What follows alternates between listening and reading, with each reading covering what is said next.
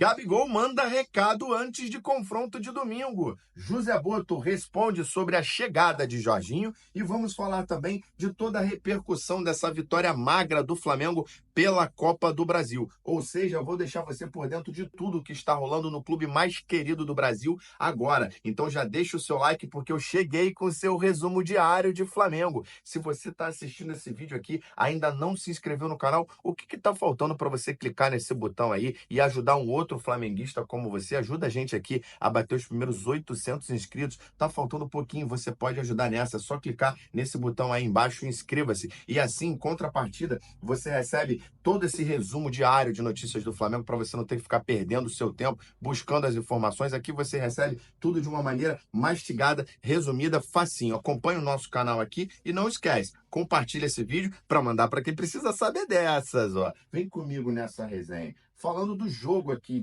inicialmente, né? Flamengo aí, mais uma vitória suada, né? E, na minha opinião, sem essa necessidade, sem a necessidade desse desgaste, dessa pressão que a torcida faz, que a mídia faz. O Flamengo vem de uma vitória de números expressivos contra o Corinthians, né? 4-0, podendo até ser mais do que isso. Claramente, o Flamengo podia ter feito pelo menos 6 gols no Corinthians. E aí enfrenta um time da Série C e simplesmente ganha por 1-0, um gol choradinho no final do jogo, né? É uma vitória. Vale a pena comemorar, claro que vale, mais um jogo sem tomar gol, mas assim, falando um pouco do jogo, eu começo pela escalação, eu achei estranho, eu estranhei o Matheus Gonçalves não começar como titular. O Felipe Luiz já tinha falado na coletiva depois do jogo contra o Corinthians que precisava dar minutos a esse jogador e ele só entrou no segundo tempo. Não entendi por que ele não começou com o time. O Flamengo começou com 4 atacantes, né, muito ofensivo, foram 24 chutes a gol ao todo, né? Obviamente, apenas um entrou, então é aquilo que a gente fala, né? Mais uma vez o Flamengo tem a posse de bola, tem o volume de jogo, mas não é letal, não é fatal, né? Fica sofrendo até fazer esse gol, muitos gols perdidos. O Felipe Luiz iniciou sem um armador original, né? Sem um jogador que exerce essa função. Ora o Luiz Araújo, ora o Michael tentavam fazer, mas a verdade é que tinham 4 atacantes em campo, né? Um esquema meio que 4-2-4, que o Felipe já veio jogando em alguns jogos assim. As características do time titular, apesar de ter várias peças ali que são reservas, foram mantidas, né? Então a gente tem os laterais eram reservas, os zagueiros, o goleiro, mas ainda assim o Flamengo conseguiu ter essa transição rápida, ter essa marcação-pressão, que são características do time titular do Felipe Luiz. Mas, obviamente, como a gente já disse, não foi letal, né? O Pedro faz muita falta, né? Voltando há pouco tempo, mas já faz muita falta esse homem-gol, né? E assim, o gol que o Michael perdeu, ele não pode perder. É um gol assim e até o momento, depois que ele chuta e perde, ele nem se lamenta. Parecer um pouco de indiferença, né? Um pouco de... Faltou capricho, na minha opinião, né? Ele parecia não estar nem aí, assim, pro gol que ele tinha acabado de perder. E o Michel vem dando entrevistas ruins, né? Falando que é muito fácil cobrar para quem tá de fora, mas não é fácil para quem tá dentro. Cara, ele é um jogador de futebol, essa é a função dele, né? É um cara que não ganha pouco, um cara que ganha em dia, ganha mais de 1 milhão por mês.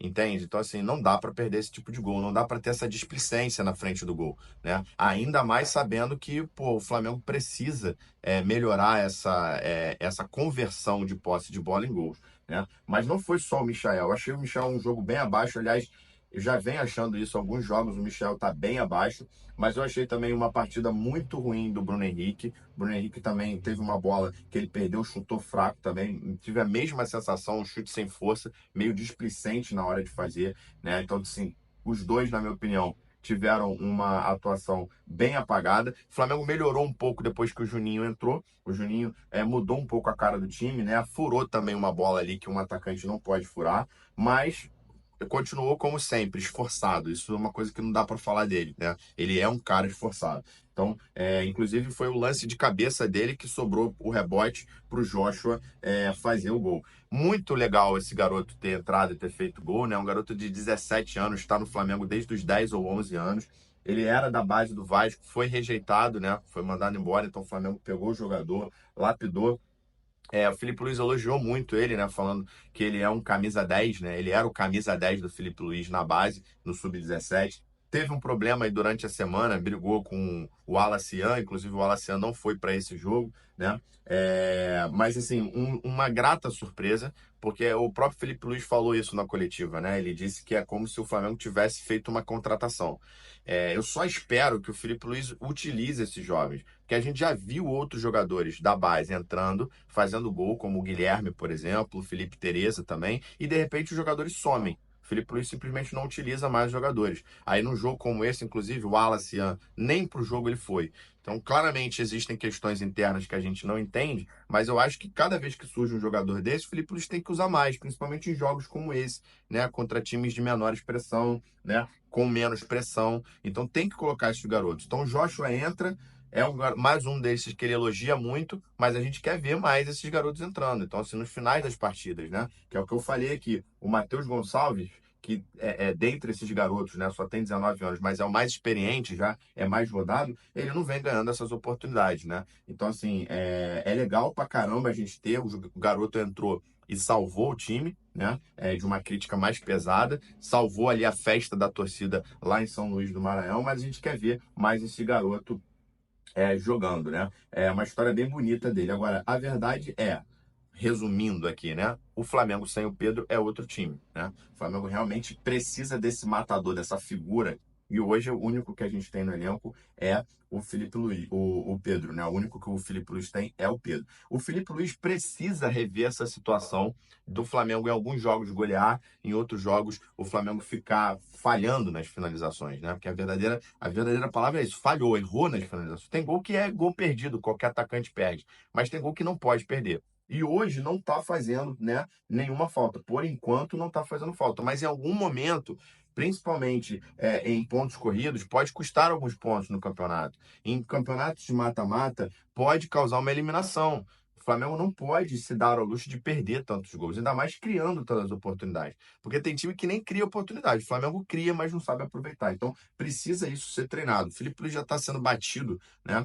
Toda hora ele toma uma pancada nas coletivas sobre isso. Eu acho que internamente ele deve estar trabalhando. E dessa vez ele mesmo parou de passar um pouco o pano para alguns jogadores, ficar elogiando muito e criticou o Michael. Falou que realmente não pode perder esses gols na cara do gol que ele tem perdido, né? Isso não aconteceu só nesse jogo, já vem acontecendo há algum tempo. O ponto positivo, na minha opinião, foi o setor defensivo. Apesar dele estar todo reserva ali, né? Desde o goleiro, os laterais, todo mundo reserva. Foi mais um jogo que o Flamengo não toma gol. Já é o sexto jogo que o Flamengo não leva gol. Para você ter uma ideia, o melhor em campo foi o Varela, ou seja, um jogador da parte defensiva do time. Isso é muito importante porque o Varela começa a ganhar motivação. É importante a gente ter reservas jogando e motivados, ainda mais no caso do Varela, porque a gente sabe que o Wesley vai ser vendido, né? O garoto João Vitor também teve números assim muito bons, né? Ele que foi titular, né? Então, assim, ele é um desses da base que o Felipe tá dando chance. Foram duas interceptações, 4 duelos ganhos, 2 finalizações, 95% de passes certos. Então, assim, os números bem de gente grande, né? Para um garoto que está tendo começando a ter as oportunidades. Ele está na frente dos zagueiros, né? Felipe Luiz gosta muito dele. O Cleiton, por exemplo, que é mais velho, que teoricamente estaria, não deve jogar mais, porque os empresários dele já avisaram que não vão renovar com o Flamengo. Então o Flamengo não tem interesse em botar esse jogador para jogar, por isso que está ficando aí em escanteio, né? Então, João Vitor passando. Para mim, o ponto alto dessa vitória foi o setor defensivo. Mudando de assunto aqui, falando de José Boto, ele deu uma entrevista no campo, né? Falando e foi perguntado pelo pessoal da Amazon Prime lá, perguntado sobre o Jorginho, né? Ele disse com um sorriso no rosto que espera que o Jorginho venha, né? Se vier, ele vai vir no final da temporada europeia e antes do Mundial de preferência para poder jogar com o Flamengo. A verdade é que lá no campeonato inglês o Liverpool já ganhou, então o Arsenal já não briga mais pelo título. E na semifinal da Champions League perderam o primeiro jogo para o PSG. Tem esse segundo jogo, mas dependendo do resultado, o Arsenal estaria eliminado também, o que facilitaria muito essa vinda do Jorginho para o Flamengo. E para finalizar o nosso vídeo aqui, falar de Gabigol, né? O Cruzeiro ontem jogou também pela Copa do Brasil, venceu, inclusive com um passe do Gabigol, e na entrevista ele falou, se declarou pelo Flamengo, falou que todos sabem do amor que ele tem para o Flamengo, não deu aquela caçoada, não deu aquela provocada, ele foi bem respeitoso com o Flamengo, mas falou do encontro, falou que espera que seja um grande jogo, mas que o Cruzeiro vença, né? Então mandou o recado dele aí, né, que vai jogar, vai tentar vencer o Flamengo, né? Vai ter um gostinho a mais aí. Vai ser o primeiro confronto, né, do Gabigol desde que ele saiu e realmente vai ser bem interessante mesmo. As notícias do Flamengo principais são essas. Então, se você gostou do vídeo, se você ficou até aqui, curte aí, comenta o que você achou, compartilha para algum outro flamenguista. E se você não segue o canal ainda, não faz como essas pessoas que assistem os vídeos aqui e não se inscrevem no canal. Segue a gente aí, se inscreve no canal para dar uma força. Nos vemos no próximo vídeo. Abraço!